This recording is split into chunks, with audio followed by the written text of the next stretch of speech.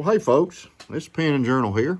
I am down here in my man cave, actually down here in my shop. This is where I make my leather stuff. So I'm down here.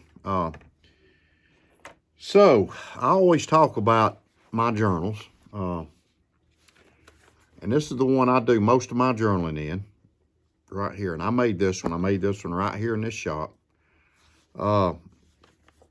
So I'm not going to get into the journal that much, but what I'm going to do is tell you a story, because I talk about making a history book, and I've talked about the things that I write down in my book. And I've got 3 notebooks in here, and I've got, one that's got drawings in it. I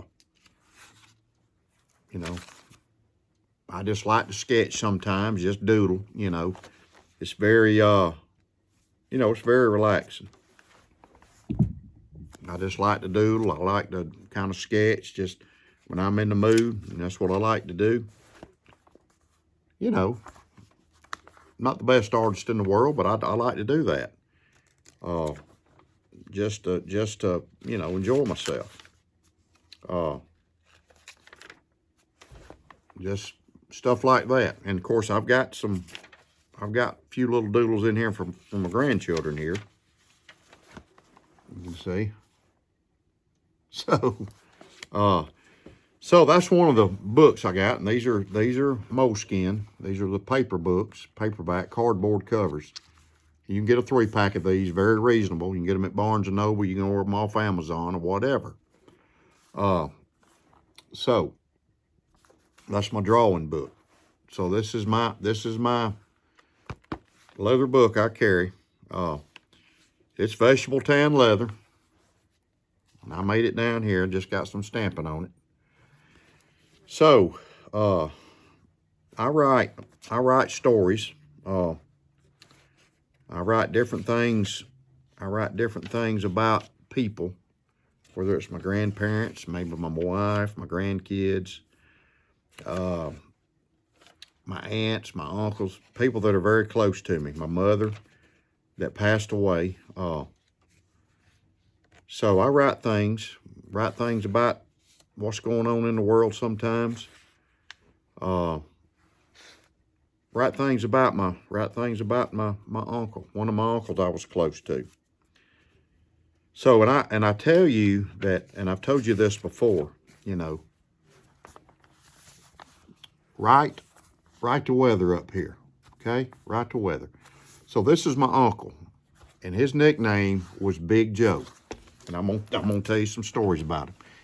His nickname was Big Joe, and he got that name from his daughter, which is my cousin, when she was little. He was getting on to her, okay?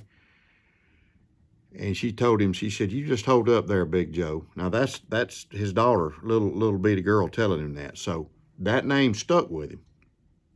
So I have a lot of memories with him. He was a kind of a I wouldn't say rough character. He was a good man. He was a hard worker, took care of his family, but he had just this rough exterior about him, kind of like, I guess, where I got it from. So he is my mother's brother. He passed away. He breathed a chemical at work, and he passed away. He got pulmonary fibrosis, so it killed him in 2 years. He wasn't but 55 years old. So, and this man was full of life. He was full of life. He loved hunting and fishing. He loved old cars. He was a family man. He loved to eat. Very muscular, stocky man, very strong.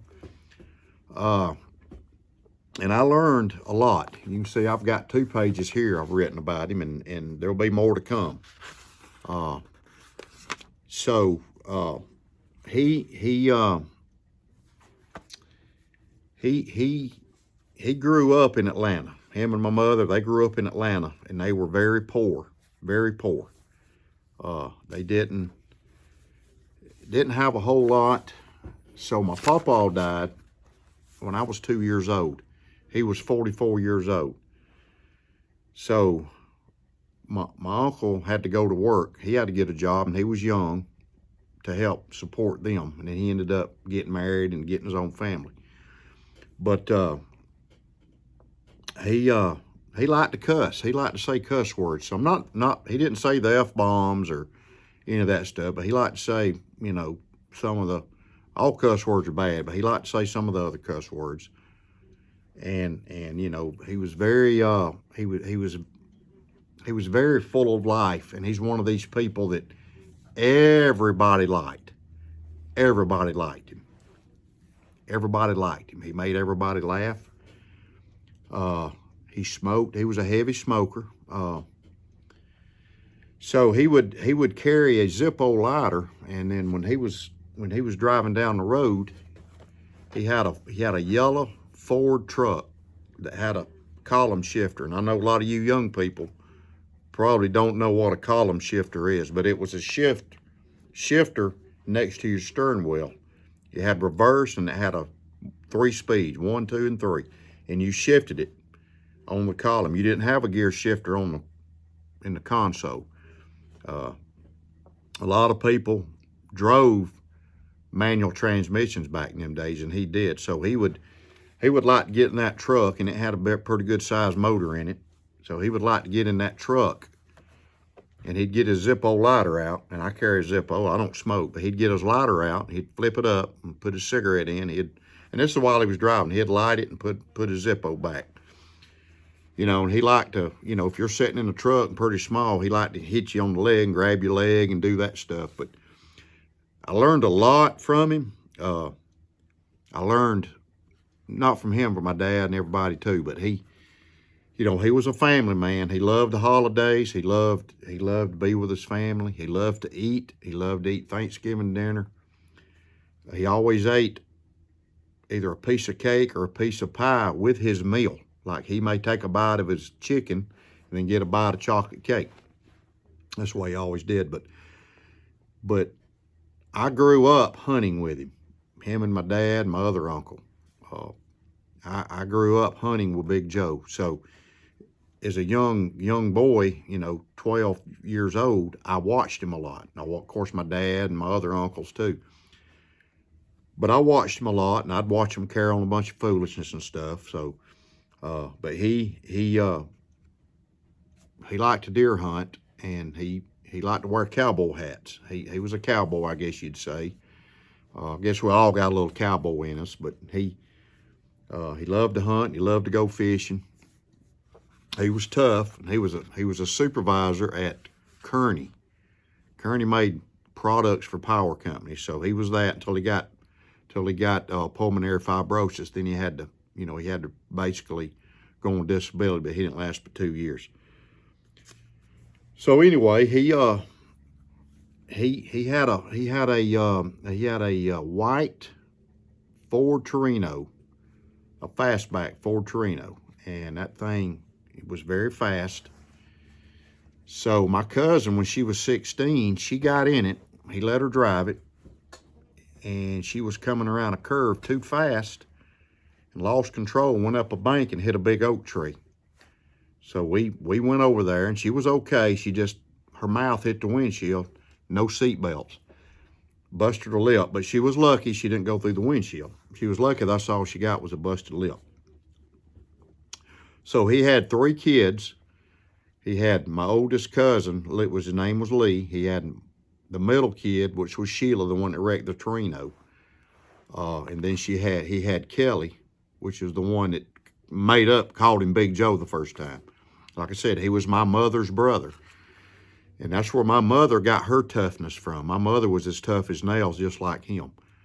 He was as tough as they came. I mean, he didn't put up with no stuff, old school, and they all got that from my pawpaw, And I'm just telling you this because this is the stories you can see right here. This is the stories that I write in my journals, and I tell y'all about them.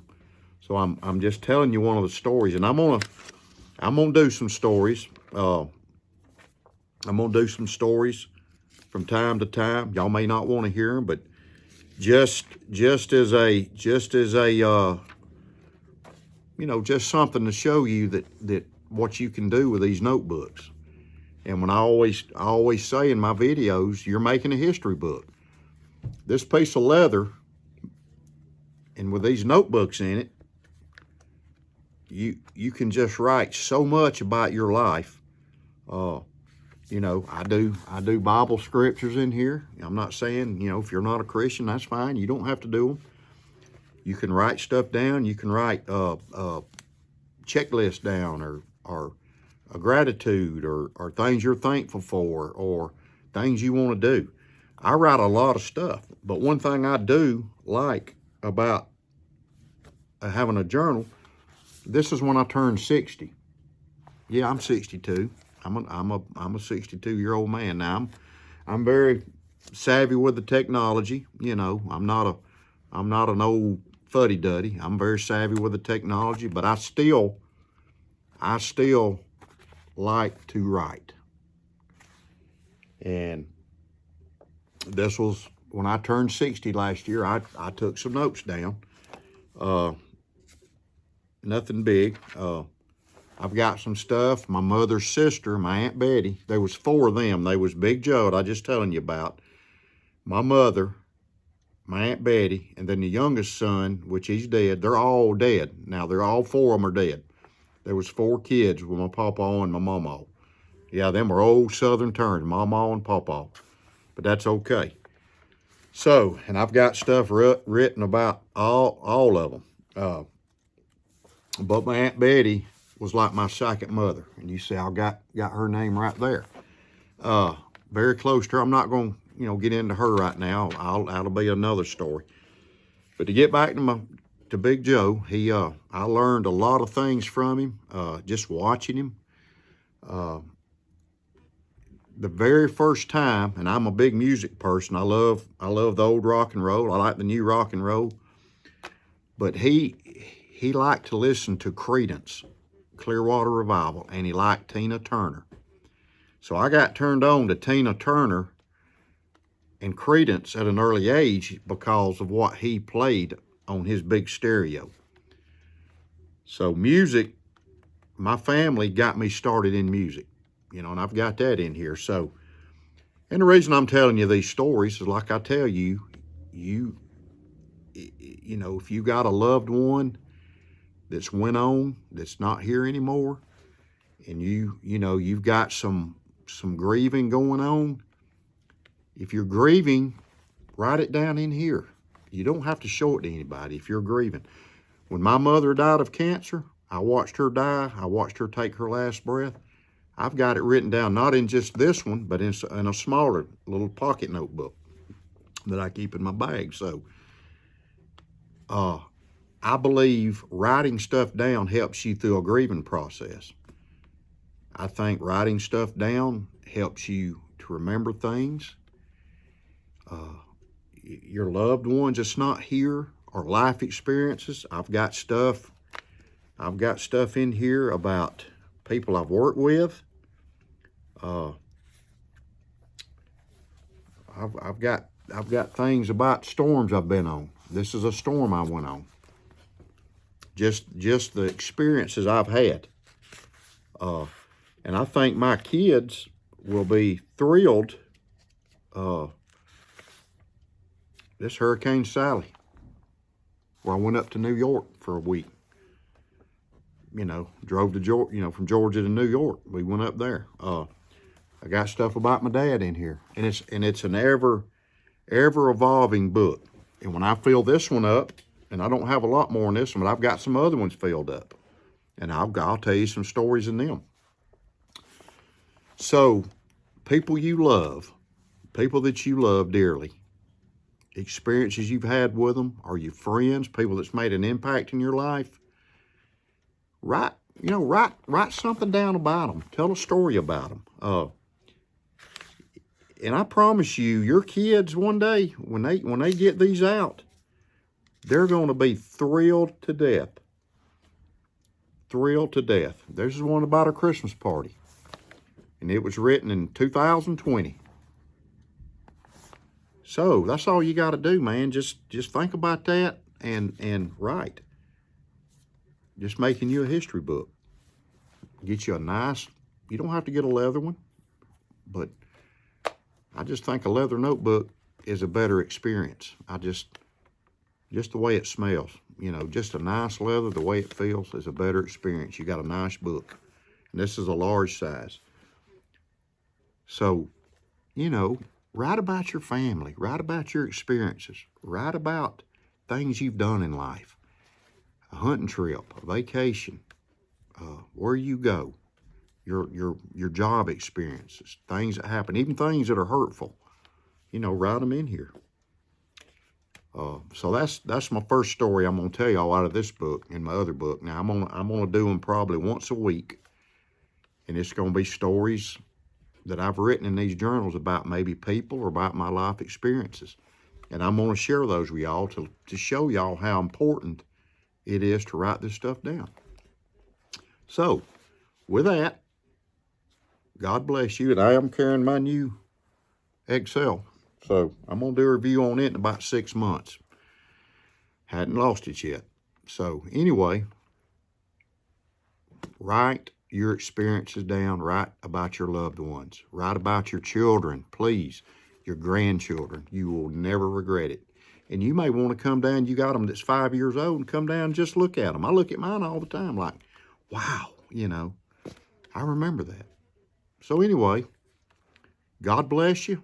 Please, if you like my channel, please subscribe to it.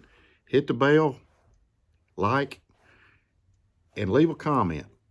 I love comments. Let me know what you write about. And I'm going to tell y'all some personal stuff, probably share y'all some personal stuff, people I've written about. It's just a great thing to do. So with that, God bless you. Have a safe day. Have a safe tomorrow. Have a great weekend. And I will see you next time.